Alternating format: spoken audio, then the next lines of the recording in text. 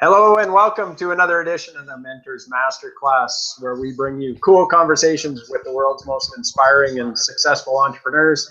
My name is Dan Gerke, and I'm the host of the Mentors Masterclass, and I'm excited today. I've got a special guest on with us today, a mentor of mine, someone I've had the pleasure of meeting on a couple of occasions and have followed for a number of years now. Somebody who's doing great things in the world, and I'm excited to introduce you to my guest. His name is Paul Hutchings, and he's a very successful online marketer. He's a host of a daily mastermind call featuring great works from mentors like Napoleon Hill and James Allen. Paul's the father of 4 young boys and lives with his beautiful wife in Southeast Idaho. Paul, it's great to have you on the call. Welcome. Hey, Dan, I'm excited to be here, man. Thanks for the invitation, and hello to all the viewers out there. It's great to have you here, and I'm looking forward to having a great conversation with you. But before I jump into the questions, I'd love it if you'd share a bit of your story. I know you've got a fantastic story, some of your journey on this entrepreneurial path. It'd be wonderful if you could enlighten us a little bit, tell us a little bit about yourself and where you're from, what you do, all those nice pieces. I would love that. I'm just gonna set a little timer so I don't go too long, because some of these you get into your story and next thing you know, like a long story turns into a long story. Right? So well, the time is yours, so feel free to take it forward. Cool. Well, yeah. So I'll give you guys just like the quick rundown. But I was born and raised in Southeast Idaho, where I am now, a little town called Blackfoot of 10,000 people. I was raised by a single mom. My dad left our family when I was 8 years old, and my mom just did an amazing job, being a mom and being there and providing for my sister and I. And all growing up, I wanted to do well in life, like I think we all do. And the teachers told me, you got to go to school, get a good education, and then get a good job. So that's what I did. I studied hard, like many people do, and went and got a college degree that put me in debt for about $40,000, which I'm grateful for, because that's a lot of people come out, in a lot more debt than that, I'm finding. But it was a good experience going to school. When I graduated, I kind of thought that it would sort of be like happy ever after, like I come out with this degree and, employers would be throwing money at my feet and stuff like this. And I was just a little bit shocked to find out that I had a really hard time getting a job. Like I went to school down in Phoenix, and when I graduated, no one would hire me. And I was just so, I guess, like, it was just like over promise and under deliver, like they tell you go get a degree and everything's going to be great. And in fact, I remember my recruiter, Dan, telling me, my college recruiter, he's like, when you graduate, you'll be making a minimum $45,000, $50,000 a year coming out of college. So that's kind of what I was expecting, and no one would hire me. So I moved back here to Idaho, got a job in a call center making $11 an hour. Which again, I was a little surprised that I had a college degree in business, and there I was, answering phones and stuff. But I did the best with what I had, and just started, trying to work up the corporate ladder. And I quickly realized that, working the corporate life was not something that I wanted. Like I had experiences where, my first year wedding anniversary, the boss said, hey, we need you to go down to Phoenix and leave your family. And so I did. And then in my 6-month review, he's like, you're doing good in all these areas, but we're just not quite sure about your loyalty. And I was like, what do you mean? And he's like, well, when we asked you to go down to Phoenix, you hesitated. And I was like, and I remembered the experience. And it was basically just where I was like, well, it's my anniversary. Do you mind if I check with my wife? That was my hesitation, but the company considered that lack of loyalty. So things like that. And then, like some other things that I experienced in the corporate world were like, I would do the best that I could. Like me and one of my good friends who was from Africa, we'd show up to work early. We'd stay late. We'd put in good numbers. And then we'd see people that were getting promoted past us who had worse numbers, who showed up later, who left earlier, But they did one thing really well, and that was they schmoozed with the right people. And so that got them the promotions. And it just always felt really unfair to me, that promotions were based not on production or how good of a job you did, but instead, on how well of a job you did with schmoozing. So I just kind of quickly realized that I didn't want that. And so I started looking for different options. I found the network marketing profession. And that's a long story that I'll turn into a short story. I basically failed for just, my first year, didn't make any money. Then the next few years made a little bit of money. Like we're talking $100 here, $100 there. And so after 5 years of that, I found myself living in a single wide trailer house, which we had actually chosen to live in this single wide trailer house because we didn't want to go in debt, and we wanted to, kind of build up some equity. So we chose to do that. But I quit my job because I was like, man, I just got to go for my dreams, and maybe I'm failing because I have this job. And so my wife said, I asked her, I said, honey, maybe I should quit my job because we got some savings. So she says, go ahead and quit your job. So in any case, I quit my job. We're living in this trailer, 5 years of struggle and failure. And things just weren't working. I tried different companies. I did everything that I thought I needed to do. I called all my friends and family. I was doing meetings. I was, going on one-on-ones. I was doing all sorts of stuff. And still, after 5 years of that, I was making like $300 a month when I was living in that trailer at the end of 2009. And so it all comes to a breaking point or a turning point, depending upon how you choose to look at it. There was one night I was putting my 2 kids to bed in the back room of my single wide trailer house. And I just put them to bed, read them their stories, kind of sat back there as dads do and watched the kids, and they fell asleep. And I just started to cry because my plan wasn't working. And I think as a husband, as a dad, our greatest desire is to just be able to do what we think we're supposed to do, which is provide for our family, right? Like I never had, Dan, I never had big dreams of like driving Lamborghinis or living in, 10,000 square foot homes or anything like that. Like that never was a part of what I wanted. I just wanted to provide for my family, and I just wanted to have freedom. And I just wanted to, live a life that I could be proud of, really. And so I knelt down by those 2 kids' bed and offered a prayer. And I was like, God, if you're there, I need some help right now, because 5 years of struggle and failure. And I just know that, I'm at my wit's end. I just need some guidance. And I believe, my personal, depending upon what your belief system is, some people will say, your reticular activating system gets activated to look for things that maybe you weren't looking for before. Other people say, when the student is ready, the teacher will appear. My personal belief is that my prayer was answered because I literally prayed for help. And right after that prayer, within about 2 weeks, I found two things that kind of came to me that hadn't been there before.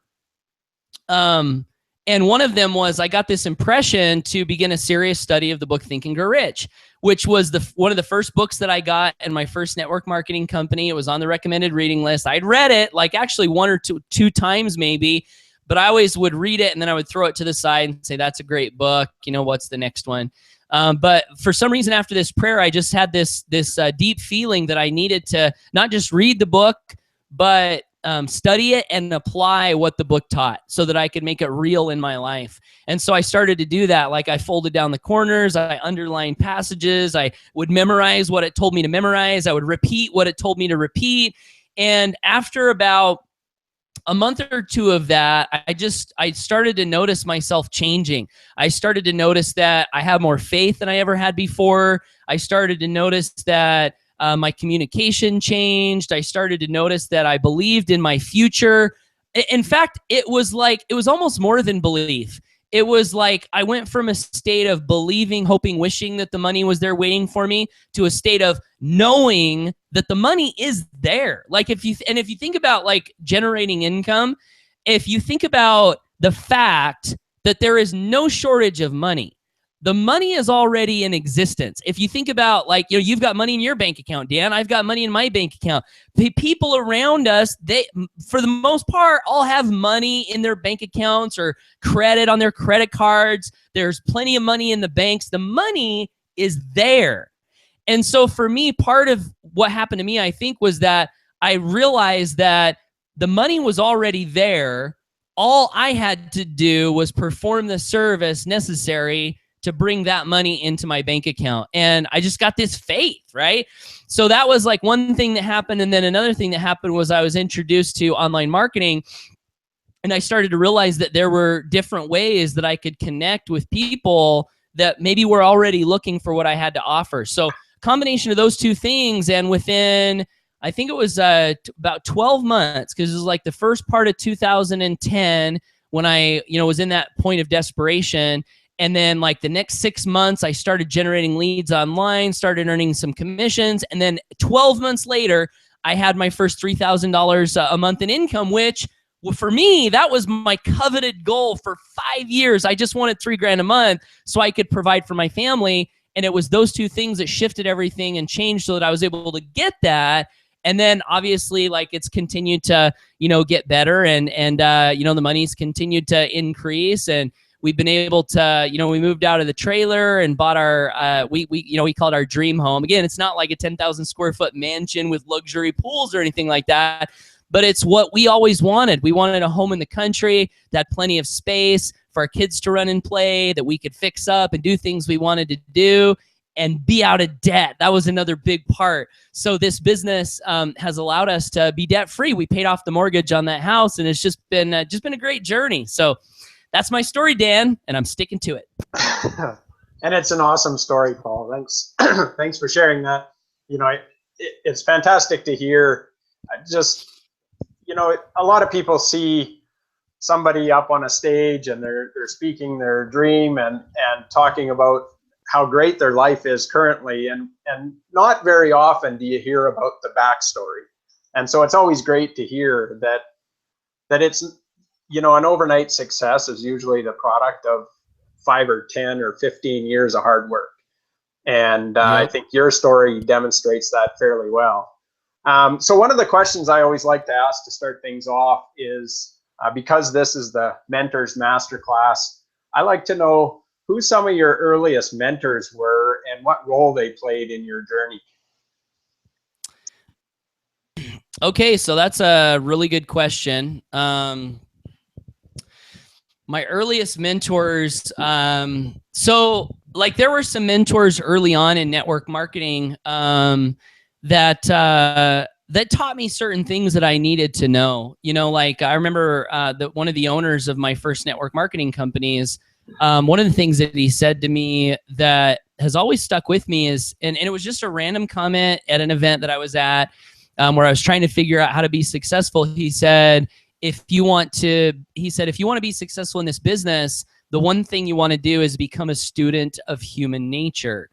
And I don't really look at that guy as like a lifelong mentor, but he shared that thing with me that has had a big impact on me, and I've taken that to heart, and I've really tried to study human nature. And in this business, and I think in business in general, the more we understand human nature, the more we're going to be successful, period. It's just like, you know, it's just a really important tip. So he was one of my early mentors. Then I had, I had other early mentors that taught me certain things at certain times when I needed them. But again, I didn't really look at them as like lifelong mentors. Cause like, you know, it's interesting too, because like sometimes you'll have mentors that will teach you certain things that are things you need at the time. And then they'll also teach you things of what not to do. And I had some of those, you know, like where I was like following someone that I thought wanted to be like because they said they were making all this money. And then after watching them over a period of time and being a student of human nature, I saw things that I didn't want in my life. Like I saw pride and arrogance, and I saw manipulation and deceit, and like intentionally stating things a certain way just to deceive people. So I saw some of that from my early mentors, and it's teaching too, right? So those mentors shall remain nameless. Nonetheless, I think they're important to mention, because we like Jim Rohn says, we learn from the good and the bad. He says, pity it is that there's not a failure out there willing to give a seminar. He's like, I'd love to just say, hey, come spend a day with me. Tell me how you messed it all up. So we learn from those people too. But as far as like lifelong mentors, Napoleon Hill obviously has been one that I still study continually, and has had a big impact on my thinking and my life. And I never met him, right? Just met him through books and audios and stuff. Maxwell Maltz a little bit through Psycho-Cybernetics was a key book for me. Jim Rohn was another one, right? If you put like a golden list up there, it would really be like my top two, probably Napoleon Hill and Jim Rohn. So those are great mentors for sure. Napoleon Hill. I was eyeballing your bookshelf there behind you, and I see a few familiar titles on the bookshelf. Mine's right in front of me here. You can't see it. It's on the other side of the computer here, but I see some purple and black bookends there, which are Kiyosaki's books, and certainly Napoleon Hill. I can see my copy of Think and Grow Rich on the shelf. I love what you said about Jim Rohn, and that there's lessons to be learned from everybody. Everybody really can be a mentor to us. I believe people come into our life to teach us something, one way or another. And so I really appreciate you pointing out that sometimes mentors teach us the things that we need to learn not to do. Right. As well as they teach us things that we need to do. You mentioned Jim Rohn and seeing a failure give a presentation. And one of the things I love that he had said too was, don't follow the masses, run the other way. Don't do what the masses do.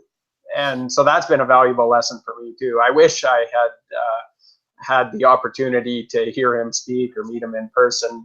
Certainly has been one of my big mentors as well. I love listening to his audios, and he's got some amazing things. And you mentioned a few of the books that have had an impact too, Psycho-Cybernetics and certainly Think and Grow Rich. Are there any other books that really jump out for you that have been a real shift in your thinking over the years? Yeah, Rich Dad Poor Dad, as you mentioned, those purple and black books, big mental shift with that original book, Rich Dad Poor Dad, and then I've enjoyed, reading the other ones, but that's a big one. Atlas Shrugged was another big one that Jim Rohn recommended that I'm actually, I think, on my third time through it right now. And it's definitely like not one that I would say that I agree with all of the philosophy 100%. Like Jim Rohn said, he says, hey, you may or may not agree with the philosophy, but it is one that really stretches the mind and causes you to think. And that book has, I think, helped me to have a better perspective on money and what money is. So that's been a good one. But yeah, those two I would throw on there, Rich Dad Poor Dad and Atlas Shrugged. Atlas Shrugged is actually one that's been on my reading list for a long time. I still haven't got a copy, so I'm going to have to bump that up the list for sure. I know the kind of the gist of the storyline, and it is something that's definitely along the lines of a lot of my thinking as well. So I definitely want to read it. I've set a goal this year. Last year I set a goal of reading 12 books in the year, and I only got through 8. Didn't quite hit my goal. I'm already on my third book for this year, so I've stepped things up a little bit. And one thing you mentioned earlier too was in reading Think and Grow Rich. I think a lot of us that are in the home business profession or get into personal development, we get recommended that we read that book and dozens of others that are great books, timeless books. And we don't study them. Like you said, you took to studying the book, not just reading it. I've got one here that recently came into my awareness, The Power of Your Subconscious Mind. And it's a fantastic book. I read it through, and I read it slowly, intentionally.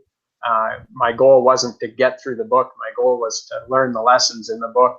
And I've read it and parts of it multiple times now, and I keep it on my desk just for review. And I think that's an important piece too, that sometimes we overlook. We get caught up, you hear the sayings, readers are leaders, and all those pieces. And so it's more about how many books can I read rather than what lessons can I glean from those books. So I really appreciate that you brought up that, you took to a study of the book, not just giving it a once over and setting it back on the shelf. I think that's important. Yeah, and Think and Grow Rich is phenomenal. Rich Dad Poor Dad was one of my big eye-opening books as well. I actually am starting a cash flow club. We're going to play cash flow Thursday nights once a month. Cool. Starting this week, so I'm excited about that. I introduced it to my kids here in the last year. We got our hands on a copy of the kids version, and they played it, I think, twice and said, "Dad, this is kind of boring. Can we play your copy?" And so really? we played the full version of cash flow with the kids many times. It's actually one of their favorite games to play. So they were kind of annoyed when I said my cash flow club would be in the evenings and they wouldn't get to come. They wanted to come play. So that's been a great tool as well. I think it's important to learn those skills early in life for sure. So next question I got for you, Paul, is, hindsight's always 20/20 and we learn a lot of lessons as we go. What's one thing you wish you could have told your younger self if you could go back 15 or 20 years and give yourself a piece of advice? One thing that I wish I could have told my younger self 15 or 20 years ago. That's a really good question. I think I would have.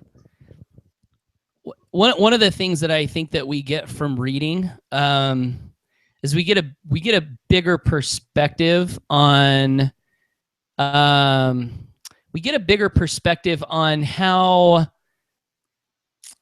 do I want to say this? We get a bigger perspective on life and people in general. And I think that we start to realize after we read, lots of books and have different experiences that success is not like mysterious. Like it's like Jim Rohn said, it's daily disciplines repeated over time. And then we also start to realize that human beings are human beings.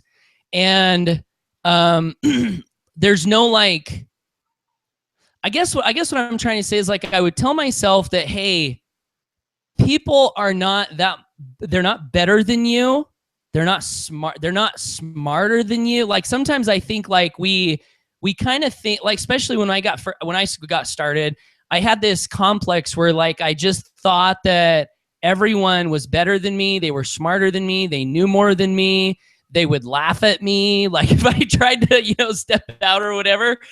And after having some experience in business and then also reading, what I've realized is people are people, and for the most part, we're all pretty similar. We all want better lives. We all want more freedom. We all want better things for our families. For the most part, we want other people to do well. For the most part, we get excited when we see other people do well. Now, obviously, there's some exceptions to that rule, but for the most part, people want people to win, and they get excited about inspirational stories.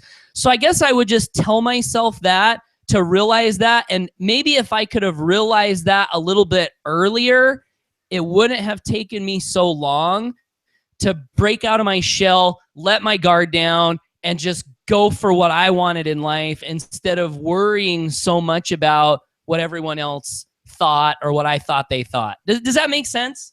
It does, yeah. I think I would agree with what your sentiments were there. That one of the things I've done over the years is I've, looked up to some of the people who have been mentors of mine from a distance, people I had read their books or seen them on stage and all those kinds of pieces. And one of the things I've learned over time is that those people, in a lot of cases, are the most accessible. They make themselves accessible. Now, of course, they value their time, but if you reach out to them and have a request or ask them to come on a webinar like this, they make time for it. They're happy to give back and to share their wisdom and knowledge and to help people succeed. And I think that's part of the lesson, is that instead of putting people up on that pedestal, see them as people.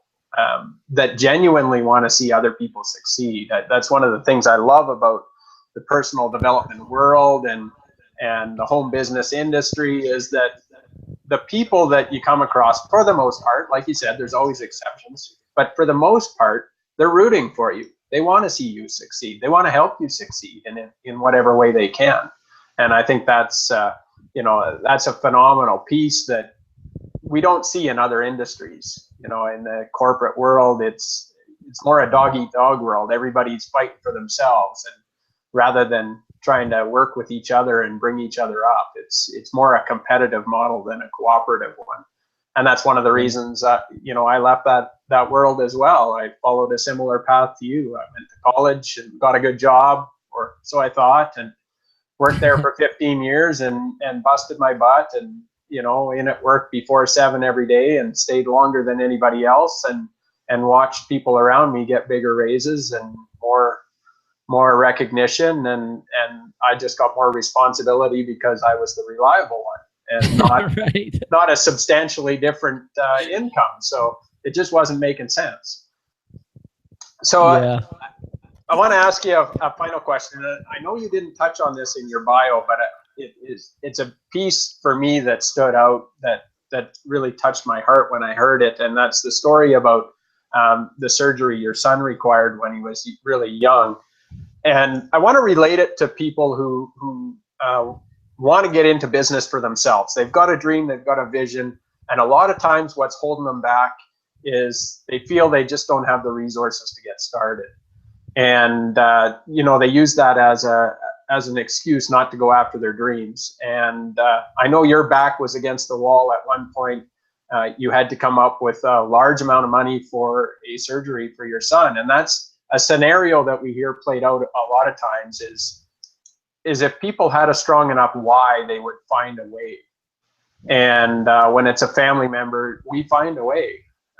We get things done. So what would your advice be to somebody who has a dream, has a vision, and if you could maybe give them a perspective on how to dig deep and find the drive to go out there, and if they had to come up with $10,000 by the end of the month, how would you do that?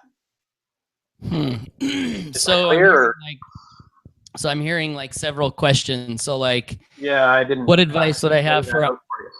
Oh, that's okay. So, what advice would I give to entrepreneurs that have a dream?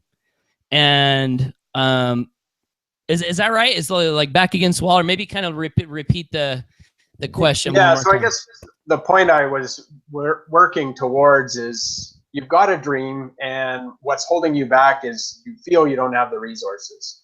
How would you get over that? How would you come up with the resources so that that's no longer an excuse and you could go after your dream? Yeah. I guess I would say that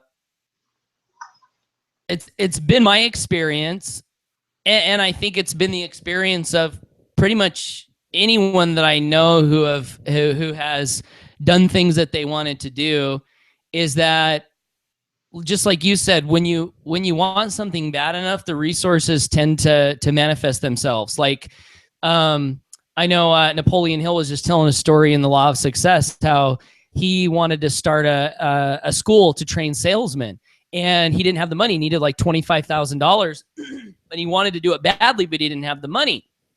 And so what he did was he got this plan to approach a university, and he said, hey, I've got this curriculum. You've got the school. You've got the advertising. Here's what I want to do. And he proposed a plan to them whereby he would teach this class. It would create more business for the college, yada, yada, yada. They would do the advertising. And then at the end of the year, if he had paid them back and then some with his revenue, then he would take ownership of the school. And long story short, he made it like a win-win for them. And they were like, yeah, we want to do that. Of course, we would do that. So he ended up getting his $25,000. And then at the end of the time frame, he had his school for salespeople that was producing a great income. So it wasn't that he lacked. It's not that people lack money. I mean, when I started, I lived in a trailer house. Literally, I was jobless, had no income coming in, right? After 5 years, I lacked money, yeah, but what I really lacked, and this is like looping back around to my story where I decided to study the book Think and Grow Rich, what I really think people lack are ideas. They lack ideas because, like, if you think about money, it's an idea. Like, you can get money in a lot of different ways. And if you have ideas and you have passion and you have drive, those resources will pop up. I mean, like for me and my story, one of my first businesses cost $20,000 to get started. And I was living in a trailer making $11 an hour. Like, how in the heck am I going to come up with $20,000? Well, I didn't have $20,000. So I went to my best friend and I showed him the business and I was like, hey, do you want to partner up? So he came up with 10,000 and I came up with 10,000 and I had the money in savings because I was living in a trailer. So that's another thing that you can do to be resourceful.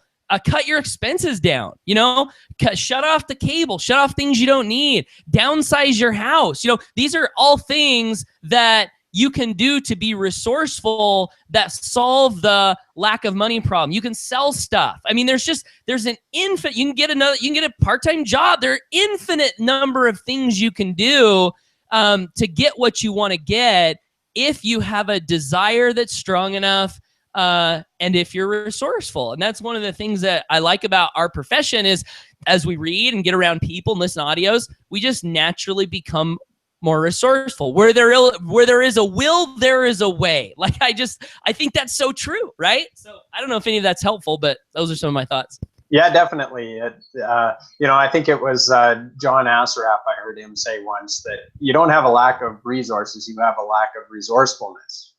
And he certainly highlighted that it's connecting to your desire that'll get you to your dream.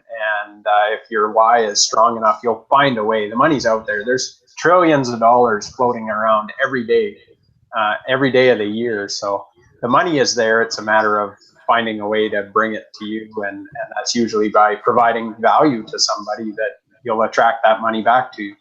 So I know we're getting close here on time. So I want to honor your time, Paul.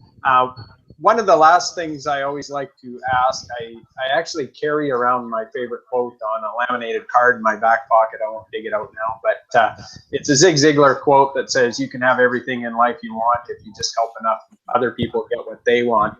So what I would like to know from you is, how can people get in touch with you? How can they learn more about what you're doing? I know you lead the daily mastermind call in the mornings. That's fantastic. I highly recommend people get on that because I think it's an invaluable resource and phenomenal value there. How can people get in touch with you and learn more about what you're doing, Paul? I appreciate that. So you mentioned the call. So we've got a website. It's growrichaudios.com. That's no pitch. It's just, strictly the goal of kind of like doing what you said, like doing the best we can to help other people get to where they want to go. So that's a good mindset resource. If you want to reach out to me, you can connect with me on Facebook. I love, making new friends and connecting with new people. And then my personal blog is Paul M as in money, Hutchings.com. It actually stands for Michael. My middle name's Michael. But money sounds better, right? PaulMoneyHutchings.com. PaulMHutchings.com. So I appreciate that, Dan. Thank you very much. Awesome. Well, it's been a fantastic call. I really appreciate you taking the time to come on with us here today, Paul. Shared some great insights for us and gave us great value. So that's my encouragement is go visit growrichaudios.com. Go visit paulmhutchings.com and connect with Paul on Facebook too. He's a fantastic guy. I love his energy. He's always high energy. If you ever get a chance to see him on stage, you're in for a treat. And that's all we got for you today. This has been another edition of the Mentors Masterclass, and I look forward to seeing you again soon on another call. Bye for now. Thanks, Paul. Thank you, Dan. Appreciate it.